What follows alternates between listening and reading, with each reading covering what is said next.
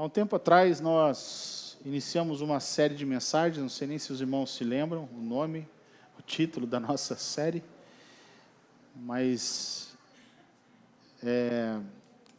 precisamos falar sobre, e a gente tratou já sobre alguns assuntos, tem muitos outros assuntos para serem tratados, então hoje, depois de um bom tempo aí, tratando sobre missões, veio o mês da família, e aí agora nós vamos retomar, tratando sobre temas que achamos serem importantes, de serem trazidos à igreja, compartilhados com a igreja, temas dos quais nós precisamos pensar, refletir e buscarmos a orientação sobre como proceder em determinados casos, situações, e onde a palavra do Senhor, obrigado, Silvana, ela é necessária para oferecer a cada um de nós a sabedoria, a direção, para que a gente faça aquilo que Deus quer que a gente faça. Que Deus conceda a graça dele sobre a minha, sobre a sua vida, e essa noite não seja mais uma noite na sua vida, mas que seja um tempo marcante, um tempo em que Deus falou com você e você ouviu o que Ele tinha para falar, tratar contigo. Hoje nós vamos tratar do tema sofrimento e graça.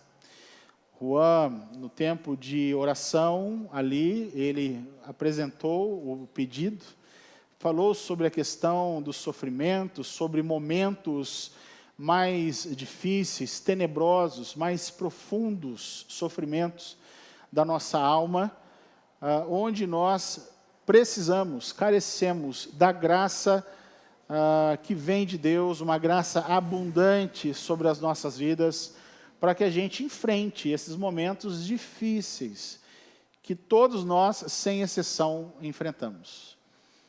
Por respirarmos, por vivermos, todos nós passamos por momentos difíceis. E momentos tão difíceis como esses, onde a nossa alma, o mais profundo da nossa alma, sofre. E às vezes sofremos não apenas de forma coletiva, mas sofremos sozinhos, individualmente, no nosso quarto, quando trancamos a porta, quando não tem ninguém vendo, nós nos colocamos diante do Senhor, questionamos o Senhor, choramos diante dEle, expressamos ali toda a nossa angústia, toda a dor que passamos por questões nos nossos relacionamentos, como pessoas nos tratam, como são de fato esses relacionamentos, como que nós lidamos com ele, com palavras que nos são ditas, ou palavras que consideramos malditas, que ferem profundamente a nossa alma, nos causa sofrimento e nos afasta até mesmo da comunidade, do contato, do convívio com pessoas.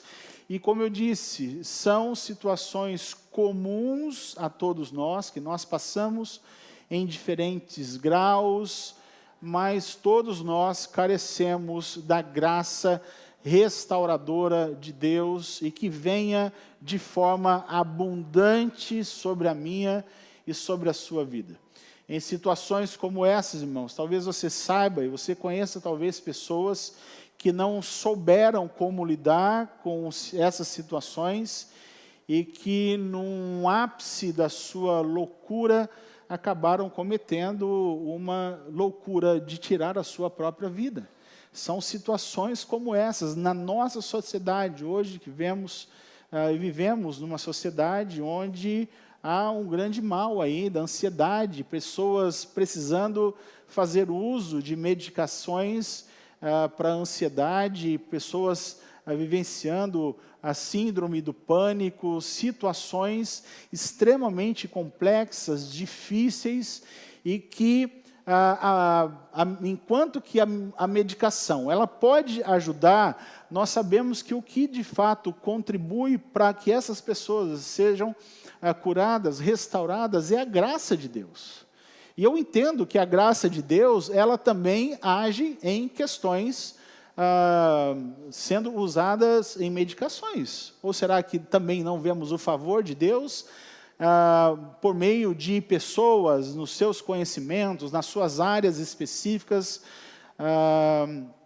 da medicina, também são instrumentos através dos quais a graça de Deus é ministrada a nós, então nos auxiliam.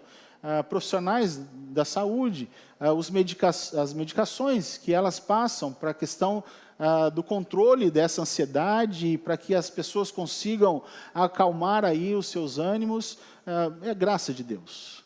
Graça de Deus também. E nós precisamos necessariamente recorrer à fonte da graça.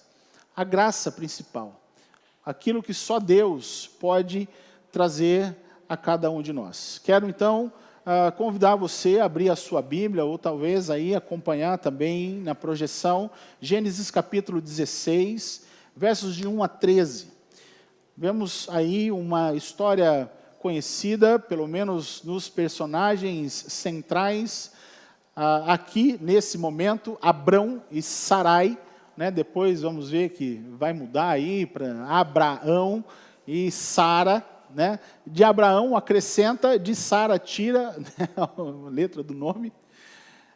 Mas vemos uma família extremamente especial, agraciada por Deus, de onde então ali, por meio de Abraão, uma grande multidão seria então, viria, através da qual também viria o Messias.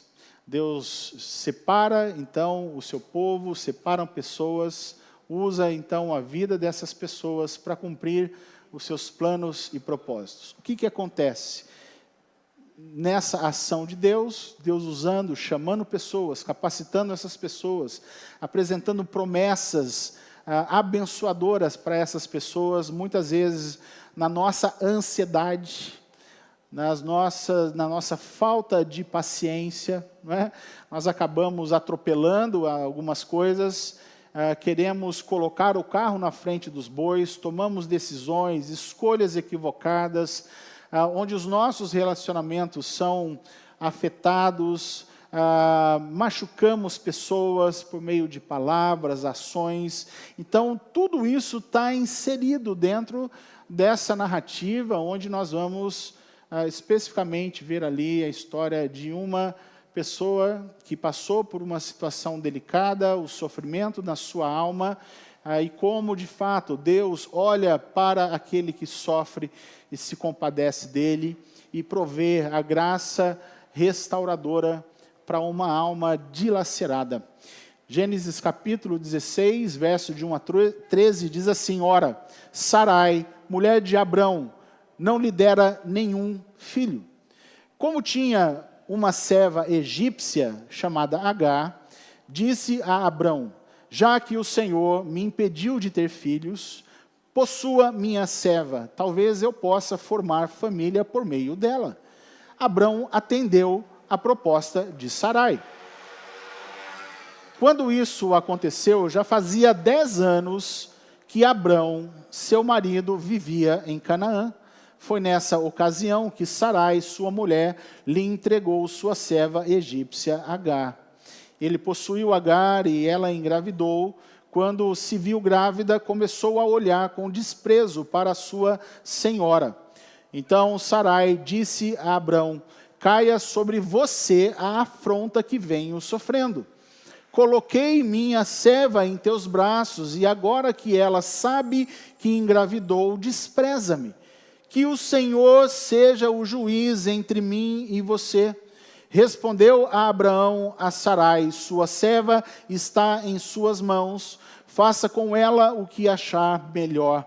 Então Sarai tanto maltratou Agar, que esta acabou fugindo. O anjo do Senhor encontrou Agar perto de uma fonte no deserto, no caminho de Sur, e perguntou-lhe: Agar, serva de Sarai, de onde você vem? Para onde vai? Respondeu ela: estou fugindo de Sarai, a minha senhora. Disse-lhe então o anjo do Senhor: volte à sua senhora e sujeite-se a ela. Mas, disse mais o anjo do Senhor: multiplicarei tanto os seus descendentes, que ninguém os poderá contar. Disse-lhe ainda o anjo do Senhor: você está grávida e terá um filho, e lhe dará o nome de Ismael, porque o Senhor a ouviu em seu sofrimento. Ele será como jumento selvagem, sua mão será contra todos, e a mão de todos contra ele, e ele viverá em hostilidade contra todos os seus irmãos. Este foi o nome que ela deu ao Senhor, que lhe havia falado: tu és o Deus que me vê. Pois dissera: teria eu visto aquele que me vê? Amém? Irmãos, temos aqui algo importante daquilo que acontece no conflito aí entre israelenses e palestinos. Aqui temos as Sagradas Escrituras explicando a separação dos dois descendentes de Abraão. Não sei se você sabia disso, mas está aqui o texto que mostra um pouco da história dessa briga, dessa divisão entre israelenses e palestinos. Meus irmãos, em toda a narrativa bíblica, uma das coisas que nós podemos perceber, que a gente se depara, são personagens que viveram também momentos de tribulações. Momentos aí que consideramos delicados, que vão abalar completamente as estruturas psicológicas, emocionais e espirituais dessas pessoas, levando até mesmo algumas pessoas aí a crises existenciais. Então, mesmo pessoas que andaram com Deus, conheceram a Deus, por causa de algumas situações que viveram nas suas vidas, enfrentaram verdadeiras crises, dores profundas na sua alma. Eu cito aqui pelo menos 3. Temos o profeta Elias, né?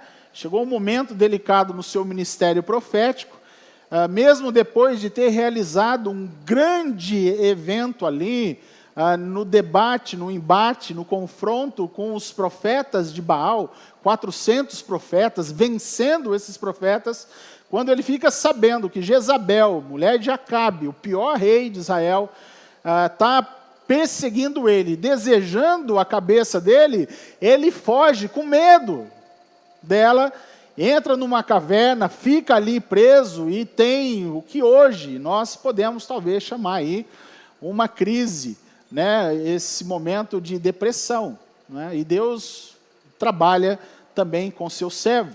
Temos o profeta Jonas, também alguém separado por Deus para levar a mensagem de Deus ao povo de Nínive, o qual seria então destruído por causa dos seus pecados. Mas então Deus separa o profeta, fala para que ele possa ir até a cidade de Nínive e pregar contra ela, para que eles se arrependam, senão seriam destruídos. O que acontece é que Jonas vai, faz uma mensagem rápida, meia boca, passa correndo na cidade, pregando a condenação, o povo ouve essa mensagem, se converte absolutamente todo mundo, e a cidade não é destruída, mas o profeta entra em crise, porque ele desejava que os ninivitas pudessem ser destruídos, porque eram inimigos do seu povo. Então Jonas não queria o arrependimento dos ninivitas, mas queria que eles fossem condenados à destruição.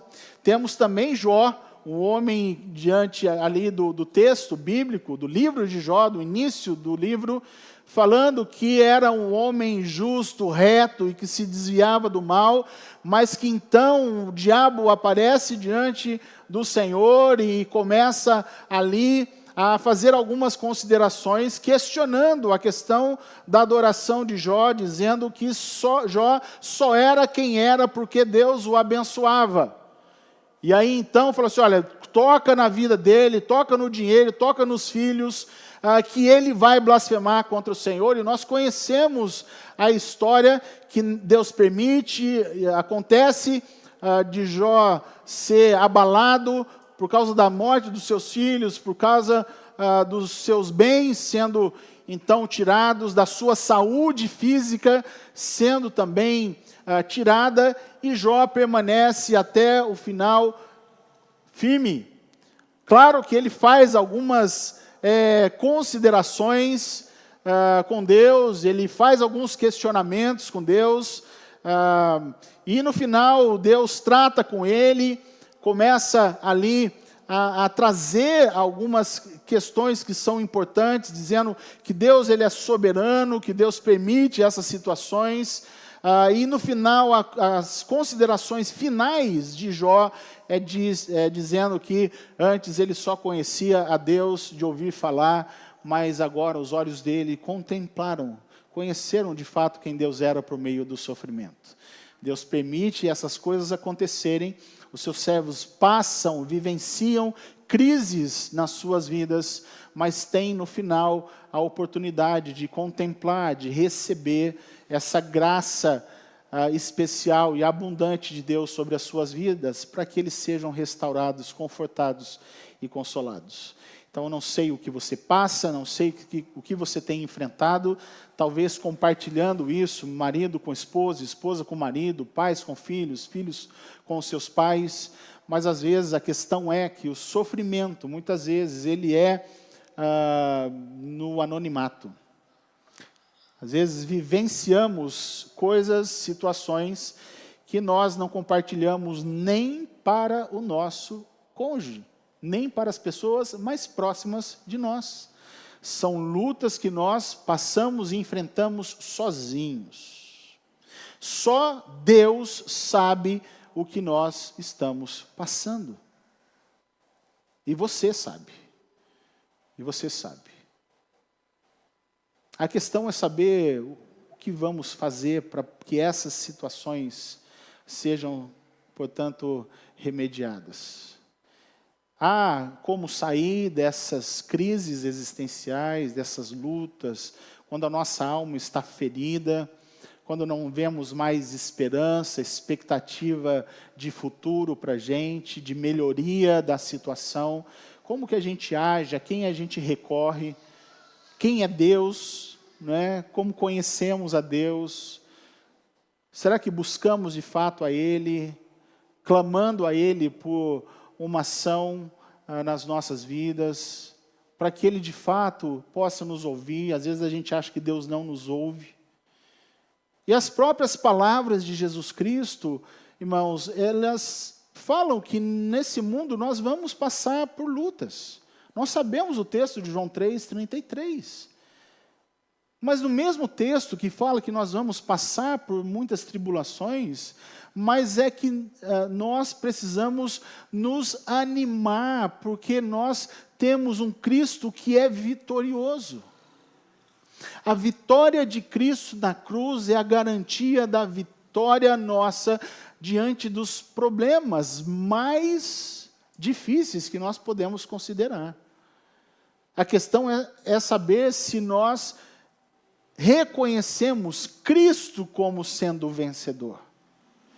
E por meio dele, da graça dele, do sacrifício dele, do favor dele, nós então podemos ter a restauração das nossas vidas. Mas tem gente que não recorre a Deus. Tem gente que não procura Cristo, não se entrega a Cristo, sabendo que somente por meio dele nós somos salvos, libertos, consolados por meio da ação do Espírito Santo.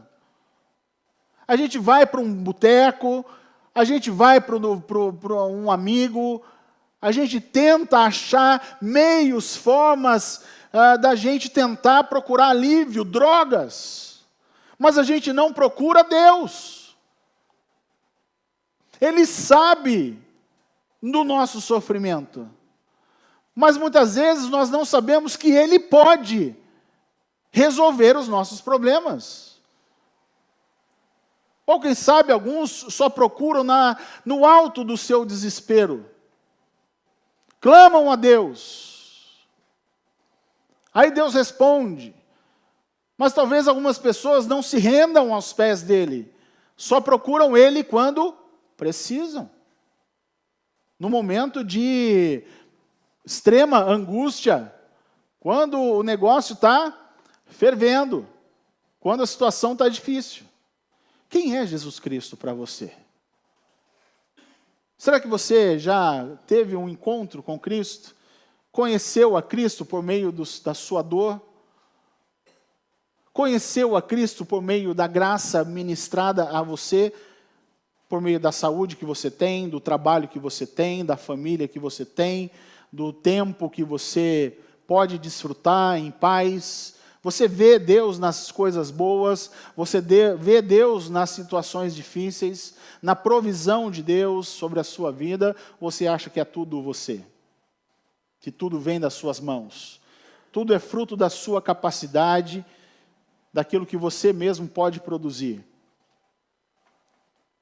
Sofrimento também, meus irmãos, enquanto uma certeza na nossa vida, também é instrumento de aprendizado. Aprendemos e precisamos aprender, às vezes a duras penas. Mas é Deus mostrando para a gente, olha, eu estou aqui, tá? Olha, dependa de mim, olha, recorra a mim. Venha, se dirija até o trono da graça no momento de necessidade, para que você alcance o favor que tanto você precisa. É só ao trono da graça. É o único lugar, é o único ambiente que podemos buscar aquilo que precisamos de forma efetiva, para suprir as carências, as necessidades que a gente tem. Não tem ninguém, não tem a família, não tem os amigos, não tem o copo de cerveja, o copo de pinga, não tem o baseado, não tem absolutamente nada. É só Cristo. É só o trono da graça. E precisamos recorrer a Ele para suprir aquilo que nós precisamos. É onde nós encontramos o conforto, o consolo e a restauração que a gente precisa. Portanto, a pergunta é essa que eu acabei de fazer: quem é Deus para nós? Nos momentos mais angustiantes, quem é Deus para você? No momento do sofrimento, quem é Deus para você? E nessa narrativa, nessa história, no final dela, Agar chega à conclusão de que Deus é o Deus que a vê. Quando ninguém mais a vê, quando aqueles que estavam perto dela, mas não a viam como de fato ela era, como um ser humano, não apenas como uma escrava, não somente como uma barriga de aluguel, um instrumento que pode ser usado para alcançar um desejo, mas como ser humano, uma alma, uma vida, alguém especial para Deus, o Criador. Quando ninguém mais nos vê, Deus nos vê. Deus te vê. Se ninguém se importa com você, ou pelo menos é essa a sua percepção das coisas, Deus se importa. Deus te vê, mas Ele te vê como você é. Não como você quer ser visto pelos outros. Porque às vezes a gente quer que os outros nos vejam de uma forma. Queremos passar uma imagem de superpoderosos, como se nós tivéssemos uma estrutura inabalável, e não é assim. Nós somos frágeis, somos feitos do mesmo material. E aí quando vem uma situação diante da gente, a gente desmonta, a gente desaba, porque somos pó. E precisamos da graça de Deus no meio do sofrimento. Não há outra fonte. É só Deus, e a palavra de Deus diz que os olhos do Senhor viram o nosso corpo ainda informe, Salmo 139, fala que os olhos do Senhor, Ele passa, contempla toda a terra, segundo Crônicas 16, 9, fala que os olhos do Senhor estão atentos, fala que os olhos do Senhor estão em todo lugar, contempla tudo, contempla todos. É o Deus onisciente, é o Deus onipresente, e é o Deus onipotente. É o Deus que nós servimos e que nós precisamos conhecê-lo e termos um encontro com esse Deus. Quando nós começamos, então, a entrar no nosso texto, tudo isso foi a título de introdução na nossa mensagem. Mas nós temos a história dessa família conhecida. Abraão, ou Abrão, Sara, ou Sarai, por enquanto, no texto. Mas há uma outra personagem, que às vezes ela é desprezada e desconsiderada, mas faz parte da história de Abraão. Não tem como dissociar Agar da história de Abraão e de Sara. É uma escrava que fazia parte da família e foi usada ali como barriga de aluguel. Temos uma... Já que Sarai ou Sara era estéril, não podia dar ao seu marido uma descendência para o povo ali, era algo extremamente importante. E uma mulher estéril, infértil, não poder cumprir o seu propósito de vida para com seu marido, não podendo conceder a ele uma descendência, se coloca você no lugar de Sara. Ou no lugar de Ana. Não é? Conhecemos também a história de Ana, chorando lá, parecendo até que tinha tomado umas ali, e Eli fala assim, para mulher, para de beber, para com esse vício aí, né? Ele fala assim, não bebi nada, eu só estou me derramando na presença do Senhor, porque o meu sonho não pôde ser concretizado, né? E a gente precisa se compadecer das pessoas e conhecer de fato o sofrimento que elas vivenciam nas suas vidas. E Agar, ela está inserida dentro dessa narrativa. Então, ela é usada como uma alternativa humana para fornecer uma descendência a Abraão, né? Para entrar no lugar de Sara como, então, a mãe daquele que seria, então, a descendência. Lembra, precisamos ir até Gênesis capítulo 12, precisamos entender que havia uma promessa que havia sido dada, então, ali a Abraão, que iria se concretizar, não no tempo dele, mas no tempo certo, e da forma que Deus havia estabelecido, e não precisaria de forma alguma de nenhuma mãozinha, de nenhum jeitinho brasileiro para tentar resolver aquilo que parecia não ter solução, por conta de que o tempo vai passando e as coisas parecem não acontecer diante daquilo que Deus havia prometido para essa família. Então temos aqui, irmãos, esse drama familiar que traz sofrimento para todos os envolvidos nessa história. Então, essa decisão que Abraão, Sarai tomou, trouxe problemas, porque não era a direção de Deus, não foi isso que Deus disse para Abraão. Então gerou conflitos entre o casal, Abraão e Sarai, Gênesis 16, 5, 21, 8 a 21, no capítulo 25, verso 6. O casal acabou tendo problemas. Problemas entre o patrão e o servo, no caso Sarai e Agar.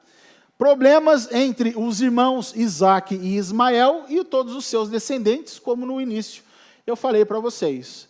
O conflito que hoje ainda está estabelecido naquela região é por conta disso aqui. Os descendentes de Ismael e os descendentes, então, de Isaac. Tudo acontecendo porque pessoas não esperaram que a vontade do Senhor se cumprisse nas suas vidas. As promessas acontecessem. Mas somos nós presentes nessa história. Não é para apontar para o outro. Não é para dizer que o outro é isso, mas você não é. Somos e temos um pouco disso. Dessa impaciência, dessa falta de fé, de queremos que as coisas aconteçam do nosso jeito e a gente não espera que Deus possa realizar as suas promessas nas nossas vidas. Não coloque o carro na frente dos bois. Se Deus prometeu alguma coisa para você, Ele é fiel para cumprir. Quando você se antecipa a isso, querendo resolver as coisas do seu jeito, pode ter certeza que é o que vai acontecer com você também. Conflitos, brigas, tensões entre a família. As coisas não vão dar certo. Não adianta, é assim que funciona.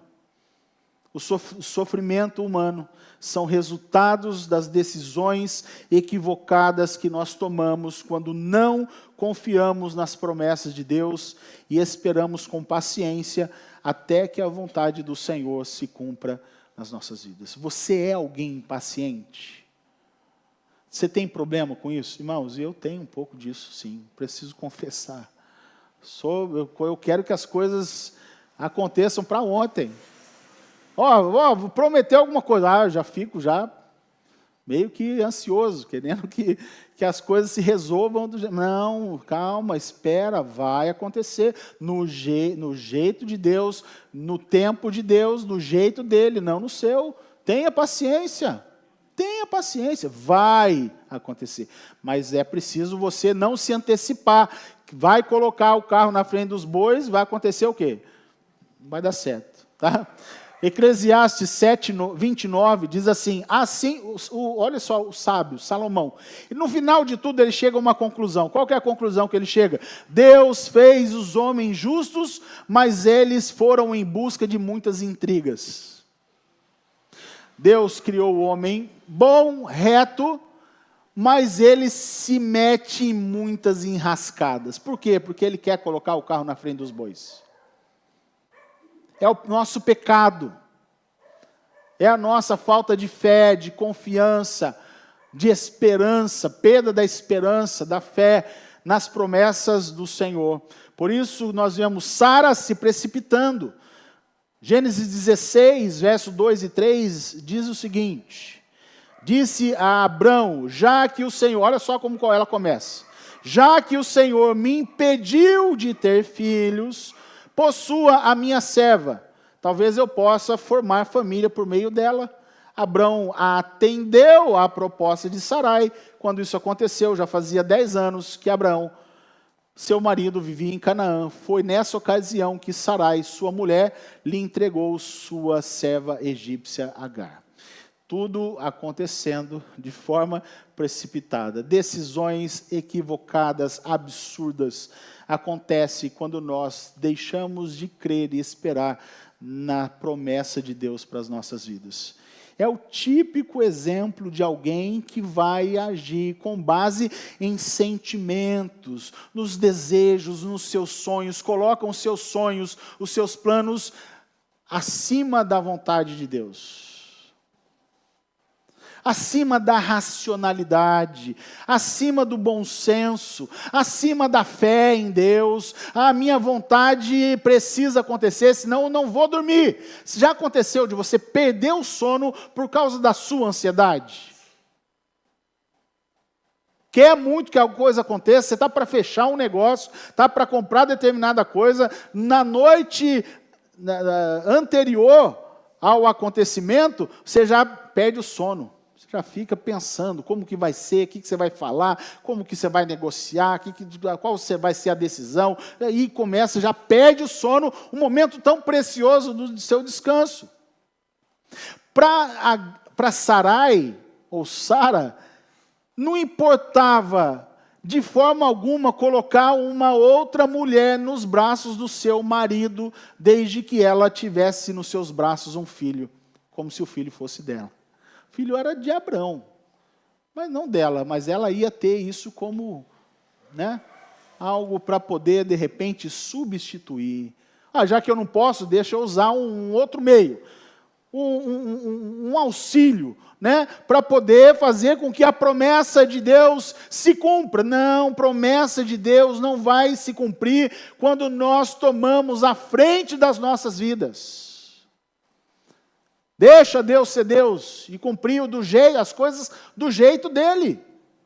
Um sonho, irmãos, que se frustra pode ser o primeiro passo para a tomada de decisões equivocadas e resultados catastróficos na sua vida. Preste atenção nisso. Ouviu bem o que eu acabei de dizer? Quando você tem um sonho e esse sonho se frustra, você vai acabar tomando decisões, tentando acertar um erro ou uma falha que você atribui isso a Deus, por Deus não ter te dado no tempo e do jeito certo, você vai assim, então eu vou buscar fazer a coisa do meu jeito, aí eu vou ser feliz. Está perdido.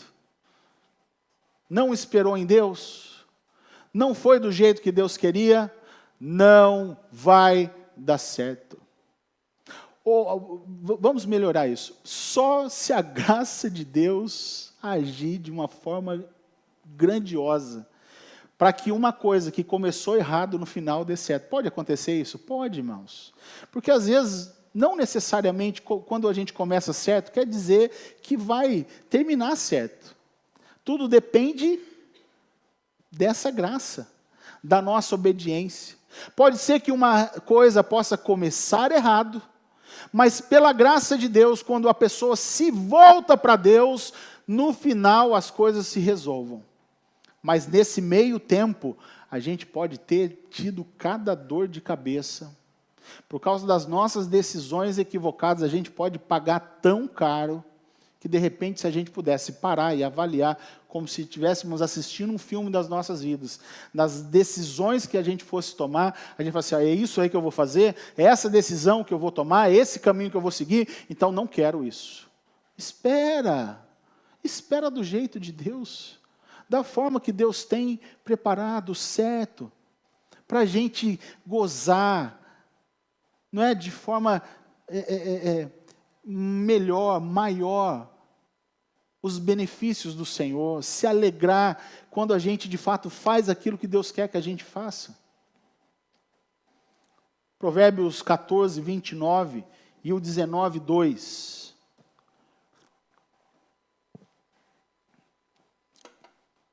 Fala sobre paciência. O homem impaciente dá prova de grande entendimento, mas o precipitado revela insensatez. Provérbios 19, 2 diz assim, não é bom proceder sem refletir, e peca quem é precipitado. Quem coloca o carro na frente dos bois, peca. Erra o alvo. Erra o alvo. Só a graça de Deus para mudar isso. Mas é necessário a gente se prostrar diante do Senhor e reconhecer que nós estamos tentando tomar um lugar que é devido exclusivamente a Deus. É Deus que deve tomar conta da nossa vida e das decisões, estar à frente das decisões que nós temos para tomar nas nossas vidas. Então, um coração ansioso, debaixo da incredulidade, sabe, tudo serve, tudo é certo, tudo é alternativa, tudo resolve, menos a pessoa de Deus e das promessas do Senhor. É isso que o precipitado faz. Acha que está tudo certo, está tudo bom, não estou magoando ninguém, não estou ferindo ninguém, se tem algum culpado, alguém que vai pagar, sou só eu. Deixa eu falar para você, não é só você que sofre pelas suas decisões equivocadas. Você envolve a sua família, você envolve a igreja, você envolve outras pessoas. Então nós precisamos considerar as decisões que nós tomamos nas nossas vidas. É quando a gente acha que, de repente, os fins justificam os meios. Essa é uma verdade do diabo, que gente que acredita isso. Não importa o que eu tenha que fazer, desde que eu tenha aquilo que eu quero. Tem gente que pensa assim ou não tem? Não importa, se eu tiver que passar por cima de alguém, quebrar princípios e valores, eu vou fazer, porque o que importa é a minha felicidade. É a minha felicidade. Nada mais egoísta do que você pensar assim. Nada mais egoísta. Hebreus 6, 11 e 12 diz o seguinte: queremos que cada um de vocês mostre a mesma prontidão até o fim, para que tenham a plena certeza da esperança, de modo que vocês não se tornem negligentes, mas imitem aqueles que por meio da fé e da paciência recebem a herança prometida. Paciência e fé. Só quem tem isso vai poder receber de Deus o que Deus tem prometido para você. Saiba que Deus tem promessas para você, mas você precisa ser paciente e perseverante até o final. Amém? Nós temos, além da questão da precipitação de Sara, nós temos uma surdez espiritual de Abrão. Diz o seguinte: Abrão atendeu a proposta de Sarai. Ela ofereceu a escrava e ele falou: tudo certo, beleza, bonitinha, no jeito, ó, como é que eu vou negar? Você coloca uma mulher bonita nas minhas mãos aí, claro que eu não vou negar, não sou doido. Percebem, irmãos, a loucura? Tudo para alcançar um sonho, contrário à vontade e às promessas de Deus. Nós somos capazes de realizar as maiores tolices da nossa vida. Tolice. Não faz sentido uma mulher colocar outra nos braços do seu marido. É o jeitinho. A demora no cumprimento da promessa parece ser aí, se tornar uma alternativa boa. Ó, fui sábio para achar essa alternativa. Não, você foi tolo. Se tinha uma decisão mais errada para seguir, foi essa que você tomou. Não é isso. A promessa de Deus não vai vir por um meio que contraria o caráter santo de Deus. Não vai. Não vai dar certo. Não tem como. Por isso que vemos almas sofrendo tanto. Um profundo sofrimento. Somos nós que criamos isso. Não dá para culpar os outros. Não dá para culpar o cônjuge. Não dá para culpar os filhos. Não dá para culpar o patrão. Não dá para culpar a Deus pelas decisões erradas que nós tomamos na nossa vida. E almas sofrem. Sarai sofre pela sua esterilidade, o seu desejo de ter um filho. Agar sofre porque ela engravidou e agora não é justificando. Claro que ela usou essa forma, agora tem o filho de Abrão, agora ela começa a fazer o que com Sarai? Oh, eu tenho um filho, você não tem, eu não sou estéril, você é. Se coloca no lugar. Era uma serva, uma escrava, agora sobe de patamar. Agora ela é o quê? Mulher do chefão. Agora ela vai ter um filho dele. Ela muda de patamar e ela usa isso como plataforma de publicidade. E a Sara, esposa mesmo de Abraão, não aguenta, chega para Abraão e fala assim: olha, você, agora está sobre você, essa coisa que está acontecendo aí que eu não estou aguentando mais. Abraão pega e fala assim: você se vira, ela é sua escrava. Você que colocou ela nos meus braços, não fui eu que pedi. Você tem autoridade para fazer o que você quiser com ela. O que Sara faz? Começa a descontar tudo nela. Ela não aguenta a pressão de ouvir tudo o que ela ouve da sua senhora e vai embora. Quem é que tem estrutura para aguentar uma pressão como essa? Ninguém. E ela tem a alternativa de sair da sua casa. Sara olha então, começa a olhar com desprezo para Sara retribui, não é?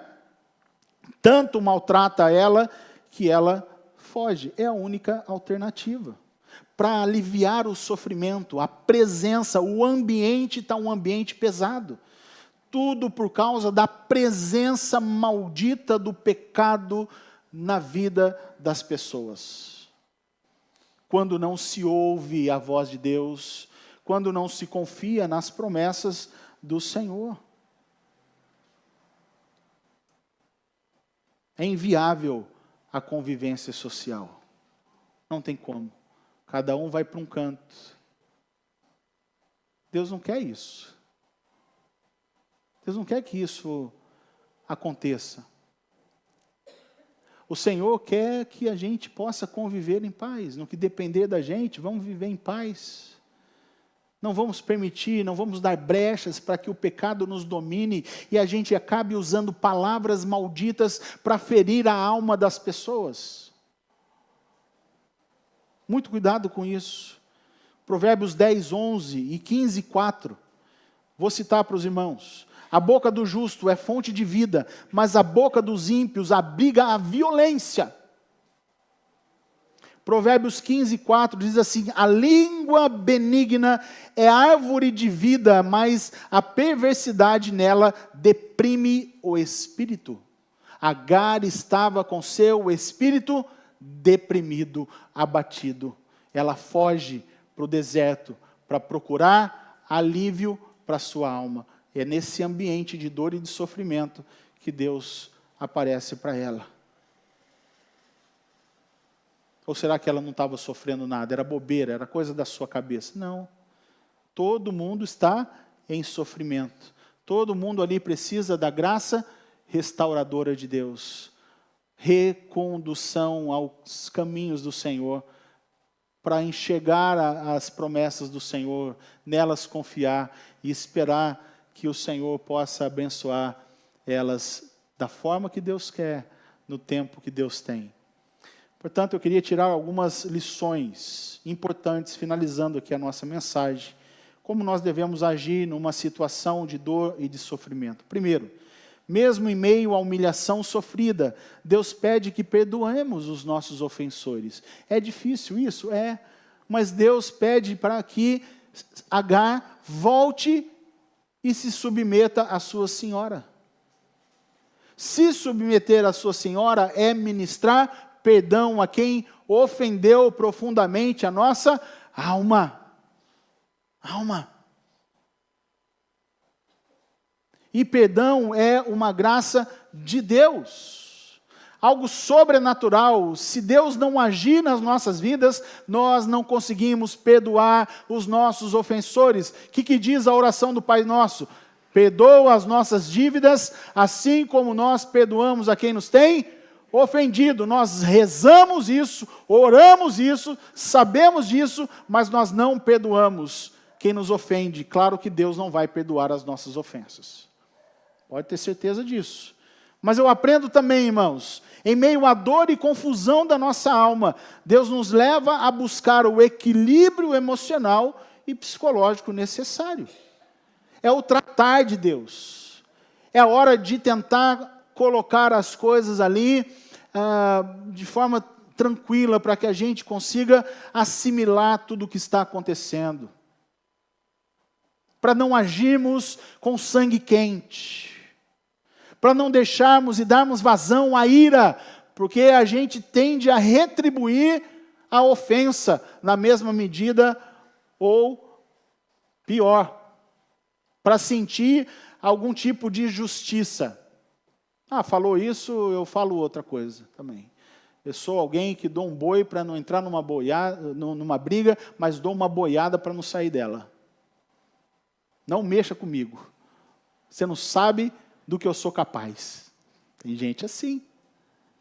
Então, é nessa confusão da nossa alma que Deus ministra equilíbrio das nossas emoções, da nossa psique, né?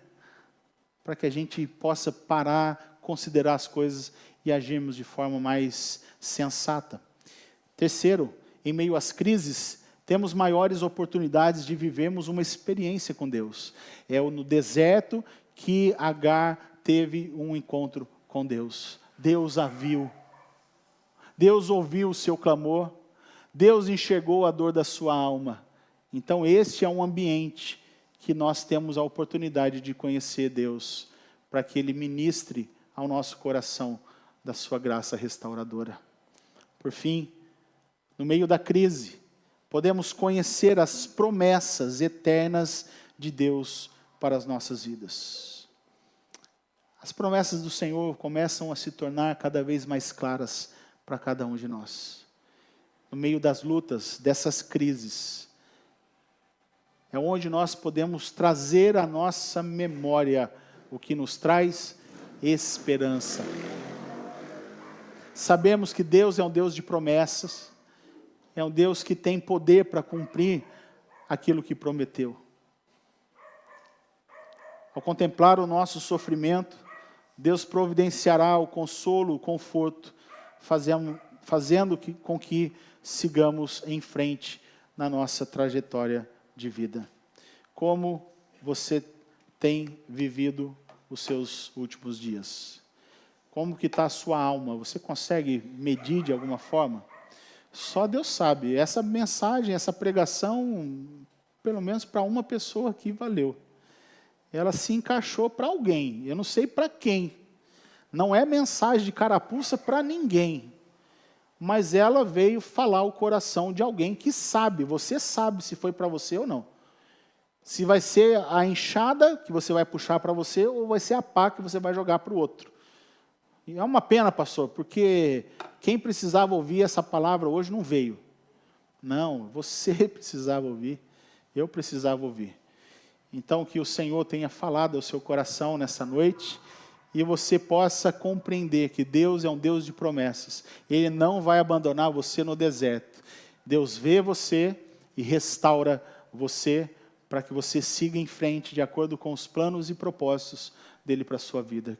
Senhor, abençoe a vida de cada um aqui nesta noite. Derrama da tua graça abundante sobre a vida de cada um que vem sofrendo sozinho as dores mais profundas da sua alma. Não deixe que ninguém sucumba, mas que possamos, ó Deus, olhar para cima, olharmos para o céu e recorrermos ao Deus de toda graça, o Deus que nos vê. Que o Senhor nos abençoe poderosamente, em nome de Jesus. Amém.